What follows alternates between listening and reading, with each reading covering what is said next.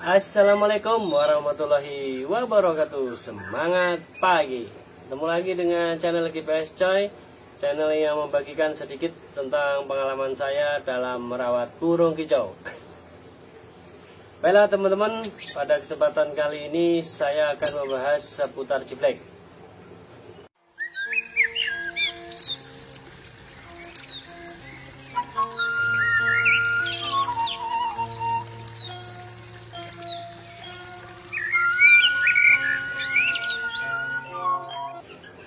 Yang akan saya bahas yaitu kapan ciblek mulai ngebrand. Nah, itu teman-teman ya.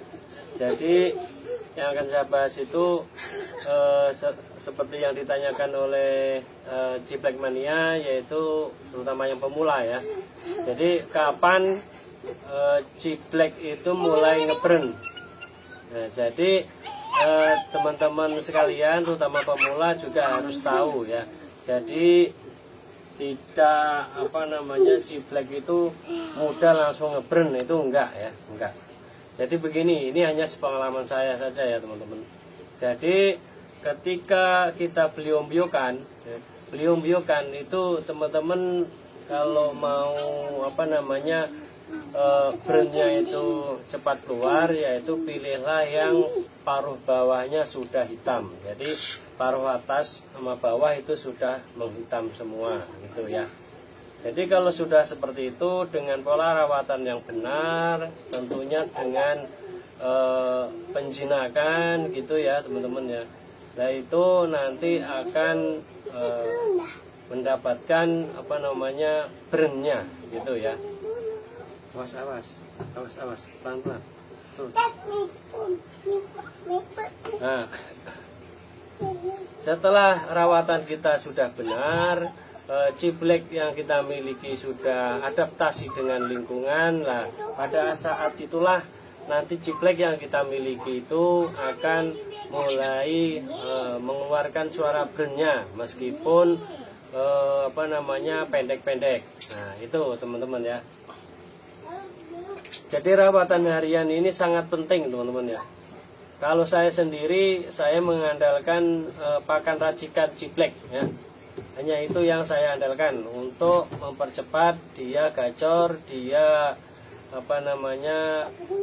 sering ngebrand gitu ya. Jadi itu yang saya lakukan, dan rawatannya pun juga sudah saya bahas di vlog saya sebelumnya, yaitu rawatan harian ciblek pemakan racikan gitu ya. Dan ada juga lanjutan itu ketika di pemakaian racikan awal itu sudah 1 bulan atau udah habis ya kan, baru racik lagi. Nah itu rawatan lanjutannya itu sudah saya bahas juga, yaitu judulnya rawatan harian ciblek pemakan racikan lanjutan. Nah, jadi ada tulisannya lanjutan gitu teman-teman ya. Jadi itu yang saya lakukan kepada ciblek saya gitu kan. Dan kebetulan sekarang ciblek saya sudah habis teman-teman ya. Sudah saya jual ya. Yang terutama yang semi ya. Yang semi menjadi kristal itu sudah saya jual semua. Terus sekarang tinggal satu, yaitu yang kemarin saya bahas, yaitu ciblek gunung bahan. Jadi mas dari loloan, awas jatuh, turun. Jadi dari loloan ya tetangga, yang loloh akhirnya sudah makan pur sendiri, akhirnya dijual ke saya, akhirnya saya beli gitu teman-teman ya.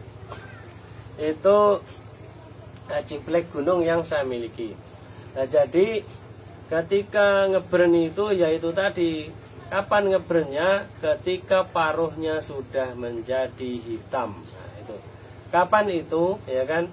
Nah tergantung teman-teman, kalau dari bahan baru nitik ya, baru nitik di paruh bawah gitu, baru nitik itu perkiraan saya atau selama ini yang saya lakukan itu selama 6 bulan perawatan. Jadi dari paruh nitik sampai 6 bulan itu dia sudah mulai belajar ngebrand. Nah, belajar ngebrandnya itu di bulan kelima teman-teman ya.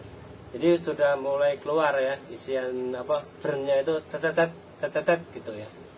Itu seperti itu. Itu latihan brandnya. Jadi pendek-pendek ya. Awalnya seperti itu. Itu kalau dari bahan. Kalau dari sudah paruhnya hitam semua, nah itu tinggal kita dalam merawatnya.